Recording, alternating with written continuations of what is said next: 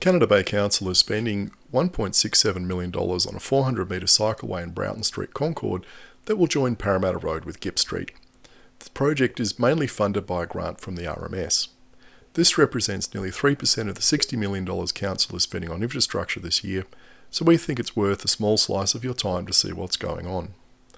Consultation and design work was done in early 2019, and it was originally expected that the cycleway would be finished in the second half of 2019. Here we are in the second half of 2020, and work is expected to start in August now that a tender has been awarded. We sometimes forget that Canada Bay is already equipped with one of the best cycle paths in the country, the Bay Run. It's been so successful and popular of late that regular police patrols have been required to ensure that people are distancing properly.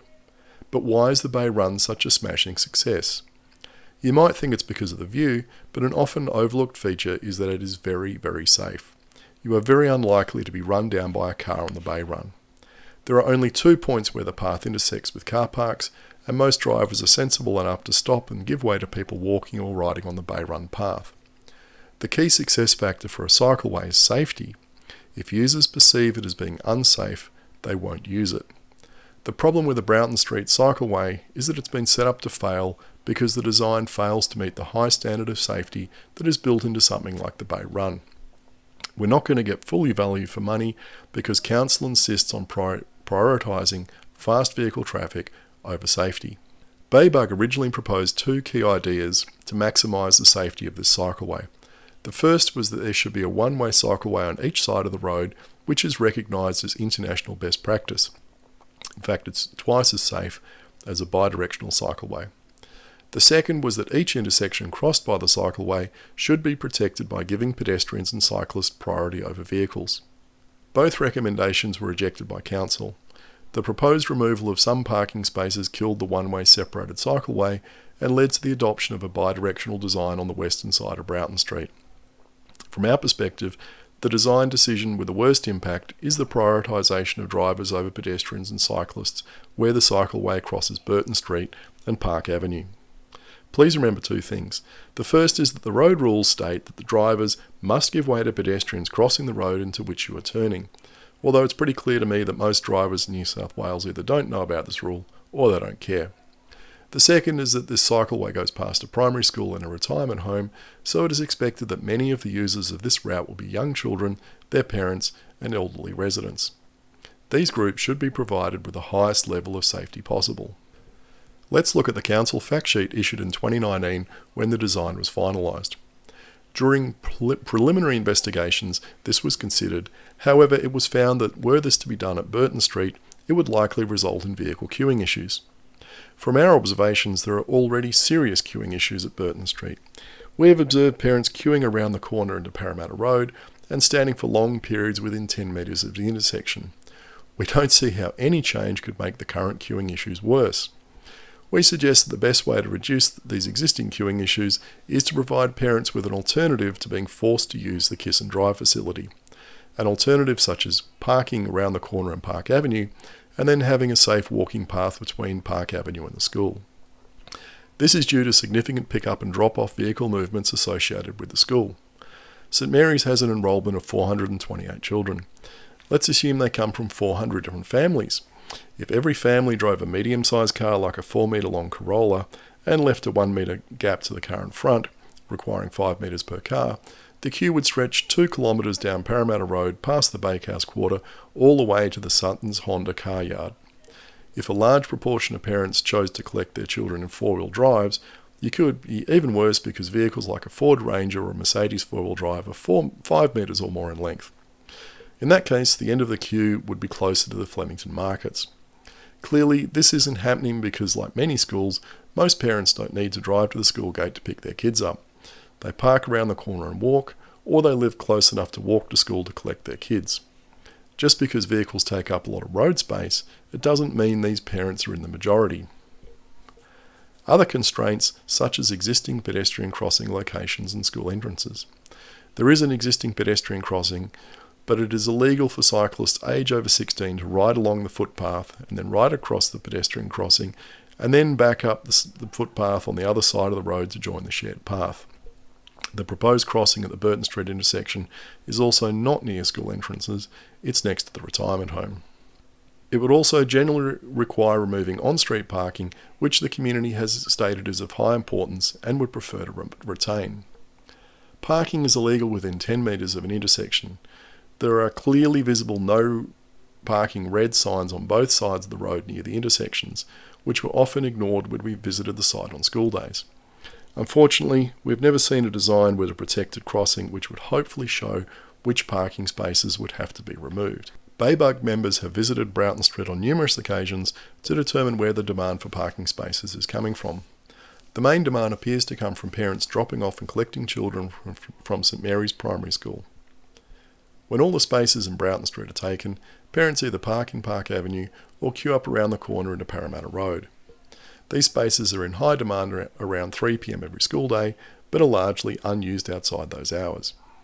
Park Avenue, as opposed to Broughton Street, is usually less than half full. This is not an issue about a shortage of parking. You can see there's heaps of parking in Park Avenue. It's an issue of convenience. People don't want to walk from over here, less than 100 metres, up to there. The revised concept plan retains curb extensions. Unfortunately, curb extensions do nothing to change the modal hierarchy. They're a bit like putting lipstick on a pig. This minimises the crossing distance for pedestrians and cyclists, maximises sight lines and constrained vehicle speeds. This misses the point. An unsafe crossing is an unsafe crossing regardless of the crossing distance. This pedestrian crossing in 5 Dock is safe not because it has curb extensions, it is safe because it is a raised pedestrian crossing. The main problem with curb extensions is that they fail to force drivers turning into these side streets to give way, as is required by law. We've also seen the way some parents drive around schools at pick-up time. We have no confidence whatsoever that curb extensions constrain vehicle speeds. We can't understand why Council has decided to prioritise drivers queuing up outside St Mary's over vulnerable road users. Now let's have a quick look at some plans that have been published by Canada Bay Council or the state government and see how this Broughton Street design aligns with these plans. The first is the Council's Smart City Plan, which is all about making the City of Canada Bay environmentally responsible, inclusive, engaged and easy to get around. Does this plan align with the design? No. How about Council's Local Movement Strategy, which is targeting a 29% reduction in car use in the Burwood precinct, an area which covers the cycleway? On page 7, there's some specific objectives such as managing the impact of traffic and parking by enhancing movement of vehicles other than private cars, including walking, cycling and public transport. Promoting walking and cycling for local trips by upgrading walking and cycling facilities to improve everyday access within neighbourhoods, including links to foreshore bushland parks and centres. Does this design fit in with this strategy? No. The Local Movement Strategy also notes that the 2021 Road Safety Plan includes priority actions such as creating a livable and safe urban communities, and this involves safety upgrades at intersections and safety integration in the bicycle network programs. It also sees the adoption of the Safe Systems approach, which looks at safe roads and intersections. We contend that the decision by Council to deprioritise pedestrians and cyclists in Broughton Street is a complete reversal of this approach and policy. Then there's the draft Local Planning Strategy Statement that states we should reduce car reliance and some roads could have dedicated bike lanes. It also notes that walkable communities are safe, healthy, creative, culturally rich and socially connected. Yet the design for Broughton Street ignores this priority and instead reverses it. So it's another fail. On page 53 of the LPS it says, Council recognises that there is an urgent need to reduce greenhouse gas emissions to minimise human-induced climate change impacts. A key way Council can make a difference is encouraging cycling and walking by developing a connected, user-friendly active transport network. Except this design encourages car use rather than cycling and walking, so it's not going to reduce greenhouse gases, is it? Priority 17 of the LPS relates to the delivery of high-quality open space and recreation facilities. Demographic change will require open space and recreation facilities to meet the needs of older people, children and families and young people. However, has anyone ever thought about how old people, children and young people are supposed to travel from home to an area of open space such as Goddard Park or Queen Elizabeth Park, which are just down the road? A shared path with pedestrian priority at Broughton Street and Park Avenue intersections sounds like the perfect answer. Or does Council think that the residents of St Mary's who are still reasonably mobile should drive to Goddard Park instead of walking a short distance? The Canada Bay Local Environment Plan 2013 states that it's to promote sustainable transport, reduce car use, and increase use of public transport, walking and cycling. Except again, the LEP and the design don't meet up. Given that the LEP has zoned all of the buildings along Parramatta Road as having a floor space ratio between 1 and 2, it seems obvious that the car yards and so on either side of St Mary's will soon be replaced with apartment blocks, and the residents of these blocks will need a safe route to walk to the nearest open green space. Yet the current design for Broughton Street torpedoes that approach. Then we have the Council's Disability Inclusion Action Plan, which is all about raising awareness of the needs for people with disabilities, celebrate the diversity of our community, and improve opportunities for people to move around our city. The fact sheet that goes with this states the plan will be integrated with Council's delivery program so that the inclusion of people with a disability is considered at all levels of planning for facilities, services, programs and activities.